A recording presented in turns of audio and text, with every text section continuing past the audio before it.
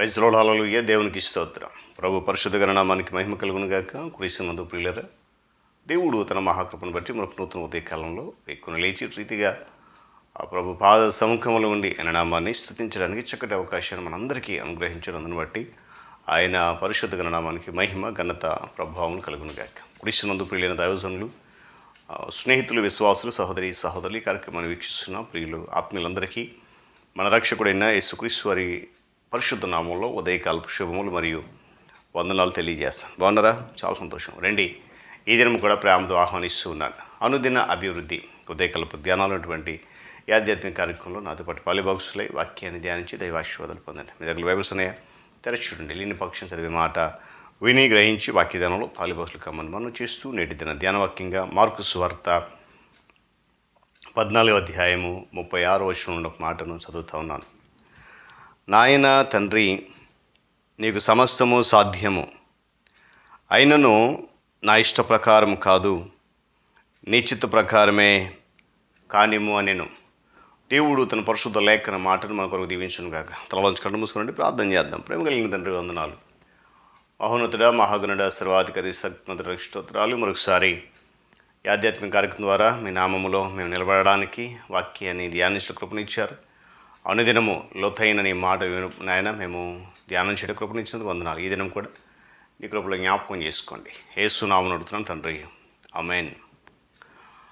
చాలా సంతోషం పిల్లరా. చదివినటువంటి ఈ వచనం మనకు తెలియజేసిన మాట స్వయాన యేసుక్రీస్తు ప్రభువారు తండ్రి అయిన దేవునికి చేస్తున్నటువంటి ప్రార్థన. ఇది మనందరికీ తెలుసు. ఎక్కడ, ఏ సందర్భం అంటే గెత్సెమనే తోటలో యేసుక్రీస్తు ప్రభువారు చేసినటువంటి ప్రార్థన. ఆయన భూమి మీదకి వచ్చారు, మంచిదే. పాపులందరినీ రక్షించడానికి, మనుషులందరినీ విడిపించడానికి తండ్రి సంకల్ప నెరవేర్చడానికి వచ్చాడు. ఆయన తన చిత్తాన్ని పూర్తిగా విడిచిపెట్టేశాడు, వదిలేసుకున్నాడు.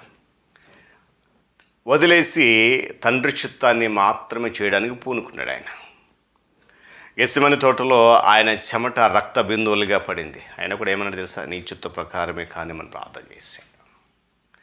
పిల్లల, మనకు చాలా కోరికలు ఉంటాయి, తప్పులేదు. అయితే ఆ కోరికలను దేవునికి తెలియచేయడంలో తప్పులేదు. కానీ నా కోరిక మాత్రమే నెరవేరాలి అనే పట్టుదల కలిగి ఉండడం తప్పు. ప్రభువా, నా కోరికలు ఇవి, నా ఆశలు ఇవి, నీ చిత్తమైతే వీటన్నిటిని నెరవేర్చు, అయినను నీ సంపూర్ణమైన చిత్తమునకు నన్ను నేను సమర్పించుకున్నానని ప్రార్థన చేసినటువంటి అవసరత మనకుంది. ప్రవక్త ద్వారా దేవుడు సెలవిచ్చిన మాట చూస్తే, ఆకాశములు భూమికి పైన ఎంత ఎత్తుగా ఉన్నాయో మీ మార్గముల కంటే నా మార్గములు, మీ తలంపుల కంటే నా తలంపులు అంత ఎత్తుగా ఉన్నాయని చెప్పిన వాక్యం చెప్తుంది. ప్రభువైన యేసుక్రీస్తు వారు తండ్రి చిత్తానికి సమర్పించుకోవడం వల్ల ఎన్నెన్నో శ్రమల గుండా దాటి వెళ్ళవలసి ఉంది అనడం నిజమే. అయితే దాని ఫలితం ఏంటి? ఇన్ని శ్రమలు కూడా నడిచి వెళ్తాడు, తండ్రి చిత్తం నెరవేర్చాడు, మంచిదే. దానివల్ల లాభం ఏంటి, లేక ఫలితం ఏంటంటే, అందుచేత పరలోకమందు భూమి మీద ఉన్న వారిలో కానీ భూమి క్రింద ఉన్న వారిలో కానీ ప్రతి మోకాలు యేసు నామమున వంగాలి. అందుకే ఆయన అందరికంటే పైన హెచ్చించాలి. హల్లెలూయా. గమనించలేదే కాల సమయంలో ప్రియ దేవుని బిడ్డలారా, దేవుని చిత్తాన్ని చేయడానికి పూనుకున్నప్పుడు కొన్నిసార్లు ఆ శ్రమలు సంభవించవచ్చు. అయితే వాక్యం చెప్తుంది ఏం తెలుసా? మన ఎడల ప్రత్యక్షం కాబోవు మహిమ ఎదుట ఇప్పటి కాలపు శ్రమలు ఎన్న తగినవి, చాలా చిన్నవి, చులకనే. ఆమేన్. చూడండి, గొప్ప ప్రేమ గల తండ్రి ఉన్నాడు. అతనికి ఒకే ఒక కుమార్తె ఉందట. అతని భార్య చనిపోయినంది. ఆ కారణాన తన కుమార్తె మీదనే ఆశ పెట్టుకుని ఆమెను డాక్టర్ చేయాలని ఆశ కలిగి ఉన్నాడంటే తన తండ్రి. తర్వాత ఆమెకు ఒక పెద్ద ఆసుపత్రి కట్టాలని ఉద్దేశించాడు. ముందు ఆమె డాక్టర్ అవ్వాలి, తర్వాత ఆమె కొరకు ఒక హాస్పిటల్ కట్టాలి. సొంత ఇల్లు, కారు, పనివారు అందరినీ సిద్ధపరిచి ఆమె భవిష్యత్తు గురించి గొప్ప ప్రణాళిక వేస్తూ ఉన్నాడట. అయితే ఆమె కాలేజీలో చదువుతుండగానే వివాహమైనటువంటి ఒక యువకునితో తన యొక్క సంబంధాన్ని కలుపుకొని వెళ్ళిపోయింది. అయితే ఆ వ్యక్తి ఏమాత్రం కూడా మంచివాడు కాదు.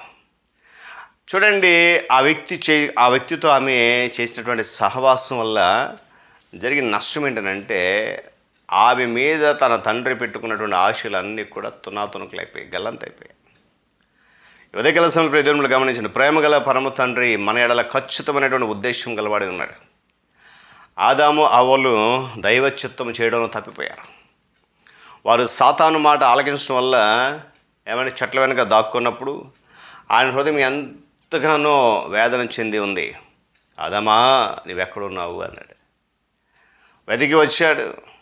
మీరు చూడండి, మనము దైవ చిత్తము చేయడంలో తప్పిపోయినప్పుడల్లా కూడా ఆయన హృదయం బ్రద్దలైపోతూ ఉంటుంది. అందుకంటే నా కుమారుడా, నా కుమార్తె ఎక్కడున్నావు? యేసుక్రీస్తు ప్రభువాన్ని సంతోషపెట్టి ఒకే ఒక మార్గం ఉందండి. ఏడో తెలుసా?